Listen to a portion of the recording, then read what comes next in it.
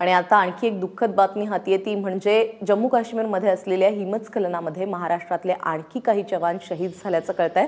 आणखी 3 जवान महाराष्ट्राचे शहीद झालेले आहेत। गेल्याच आठवड्यामध्ये 3 जवान शहीद झाले होते।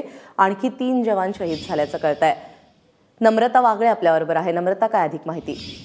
महाराष्ट्राच्या दृष्टीने अत्यंत दुर्दैवी ही बातमी आहे। आपल्याला माहिती आहे गुरेज सेक्टरमध्ये जे हिमस्खलन झालं होतं त्यामध्ये 15 जवान याआधी शहीद झालेले आणि 3 महाराष्ट्राचे जवान त्यामध्ये होते। मात्र त्यानंतर 2च दिवसांनी म्हणजे 28 जानेवारीला सुद्धा एक हिमस्खलन झालेलं होतं मच्छिल सेक्टरमध्ये जम्मू काश्मीरच्या, आणि त्यामध्ये आणखीन 5 जवान हे तिथे अडकलेले होते।